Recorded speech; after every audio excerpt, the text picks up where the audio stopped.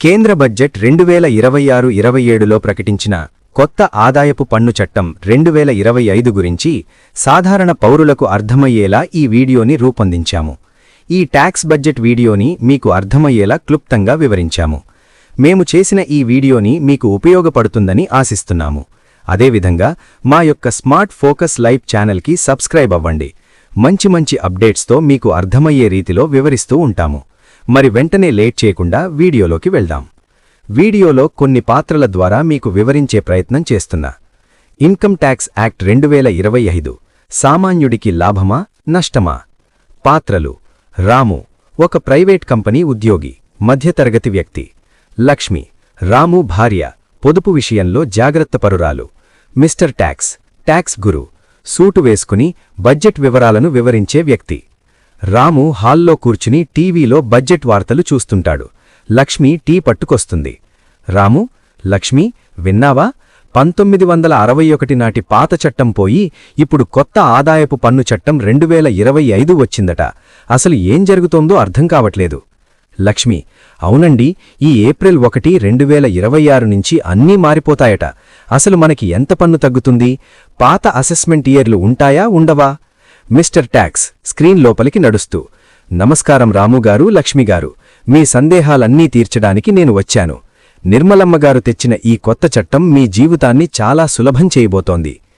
సరళీకరణ, సింప్లిఫికేషన్. రాము: చెప్పండి సార్, ఈ కొత్త చట్టంలో అంత కొత్త ఏముంది? మిస్టర్ ట్యాక్స్: మొదటి పాయింట్ సింప్లిసిటీ. 60 ఏళ్ల నాటి చట్టంలో వందల కొద్దీ సెక్షన్లు ఉండి తల తిరిగేది. కానీ ఈ కొత్త ఆదాయపు పన్ను చట్టం 2025లో సెక్షన్లను 50% తగ్గించారు. చట్టం భాషను చాలా సులభతరం చేశారు.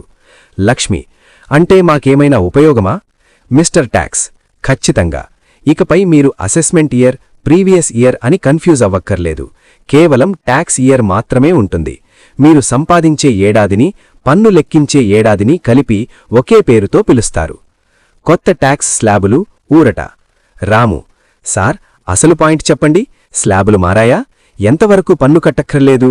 మిస్టర్ ట్యాక్స్: బడ్జెట్ 2026 ప్రకారం కొత్త పన్ను విధానమే డీఫాల్ట్. ఇందులో ముఖ్యమైన మార్పులు ఇవి: రూ. 4 లక్షల వరకు 0% పన్ను. అంతకుముందు రూ. 3 లక్షలు ఉండేది. రూ. 4 నుంచి 8 లక్షలకు 5% పన్ను. రూ. 8 నుంచి 12 లక్షలకు 10% పన్ను. రూ. 12 నుంచి 16 లక్షలకు 15% పన్ను. రూ. 16 నుంచి 20 లక్షలకు 20% పన్ను. రూ. 20 నుంచి 24 లక్షలకు 25% పన్ను. రూ. 24 లక్షలు దాటితే 30% పన్ను. లక్ష్మి: మరి మా సాఫ్ట్వేర్ ఫ్రెండ్స్ చెప్తున్నారు కదా, రూ. 12 లక్షల వరకు అసలు పన్ను లేదని, అది నిజమేనా?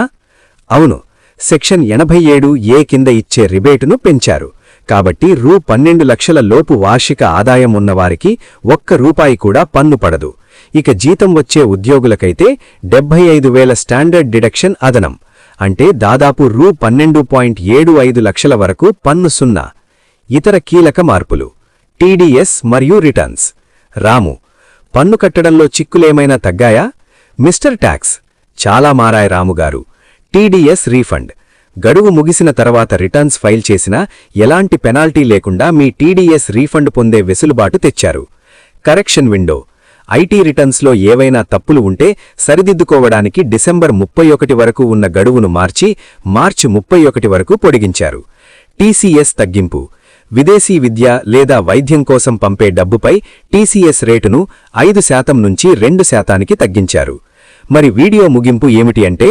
లక్ష్మి: హమ్మయ్యా, వినడానికి చాలా బాగుంది. ఫాములు కూడా సులభంగా ఉంటాయట కదా? మిస్టర్ ట్యాక్స్: అవును, ఇకపై ఎవరైనా స్వంతంగా ఐటీ రిటర్న్స్ ఫైల్ చేసుకునేలా రీడిజైన్ చేసిన కొత్త ఫాములు రాబోతున్నాయి. మొత్తానికి ఈ చట్టం సామాన్యుడి ఈజ్ ఆఫ్ లివింగ్ కోసం తెచ్చింది. రాము: చాలా ధన్యవాదాలు సార్.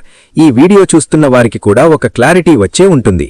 ముఖ్య గమనిక: ఏప్రిల్ 1, 2026 నుంచి అమల్లోకి వచ్చే ఈ కొత్త చట్టం గురించి త్వరలో ప్రభుత్వం మరిన్ని నిబంధనలను నోటిఫై చేయనుంది. పన్ను లెక్కలు వేసేటప్పుడు మీ ఆడిటర్ని సంప్రదించండి. ఈ వీడియోపై మీ అభిప్రాయాన్ని కింద కామెంట్ సెక్షన్లో తెలియజేయండి. ఇలాంటి మరెన్నో యూస్ఫుల్ టిప్స్ కోసం స్మార్ట్ ఫోకస్ లైఫ్కి ఇప్పుడే సబ్స్క్రైబ్ అవ్వండి. Stay smart, stay focused.